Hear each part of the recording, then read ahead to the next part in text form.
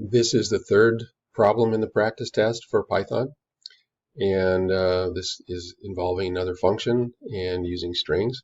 So we're going to write a function called getFirstName that accepts a single string as its argument, and the string will look like these strings down here: a last name, a comma, a space, and then a first name.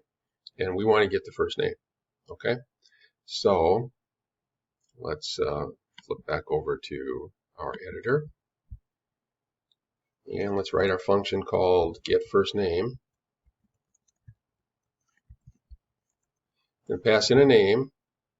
It's going to be a string, so we'll give it a default value.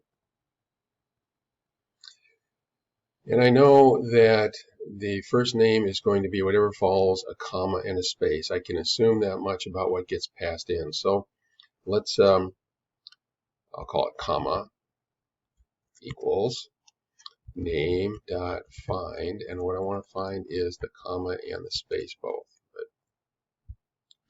comma is a nice shorter name. So that will give me the location of the comma. And what I want is I want to go to past that and return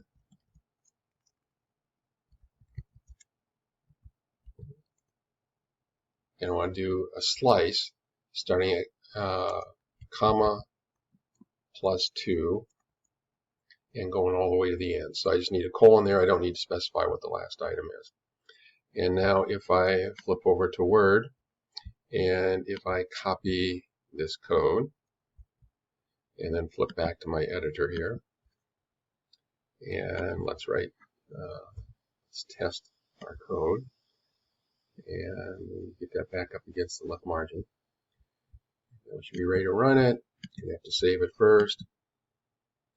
And what I should be getting here at the bottom is I should be getting Martin, Abraham, and Bobby Joe, and that's exactly what I'm getting. So that one was pretty straightforward. All we had to do is know how to find something in a string and take a slice of a string.